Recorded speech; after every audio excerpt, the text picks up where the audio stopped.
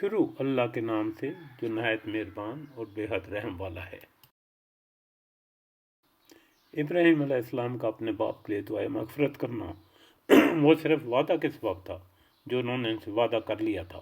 پھر جب ان پر یہ بات ظاہر ہو گئی کہ وہ اللہ کا دشمن ہے تو وہ اس سے محض بے تعلق ہو گئے۔ واقعی ابراہیم علیہ السلام بڑے نرم دل اور بردبار تھے، اور اللہ ایسا نہیں کرتا کہ کسی قوم کو ہدایت کر کے بعد میں گمراہ کر دے، جب تک کہ ان چیزوں کو صاف صاف نہ بتلا دے جن سے وہ بچیں۔ بے شک اللہ تعالیٰ ہر چیز کو خوب جانتا ہے۔ بلا شبہ آسمانوں اور زمینوں میں اللہ ہی کی سلطنت ہے۔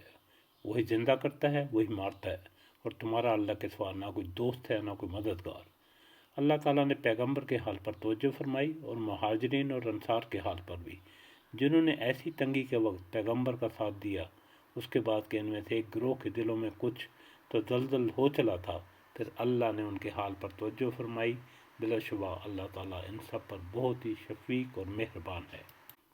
اور 3 شخصوں کے حال پر بھی جن کا معاملہ ملتوی چھوڑ دیا گیا تھا، یہاں تک کہ جب زمین باوجود اپنی فراخی کے ان پر تنگ ہونے لگی اور وہ خود اپنی جان سے تنگ آ گئے، اور انہوں نے سمجھ لیا کہ اللہ سے کہیں پناہ نہیں مل سکتی سوائے اس کے کہ اس کی طرف رجوع کیا جائے، پھر ان کے حال پر توجہ فرمائی تاکہ وہ آئندہ بھی توبہ کر سکیں۔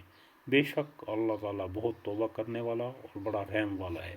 اے ایمان والو، اللہ تعالیٰ سے ڈرو اور سچوں کے ساتھ رہو۔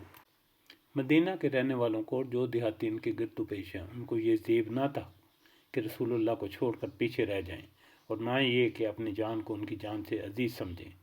یہ اس وجہ سے ہے کہ ان کو اللہ کی راہ میں جو پیاس لگی اور جو دکان پہنچی اور جو بھوک لگی اور جو کسی ایسی جگہ چلے جو کفار کے لیے موجب غیظ ہوا، اور دشمنوں کی جو خبر لی، ان سب پر ان کے نام ایک ایک نیکی لکھی گئی۔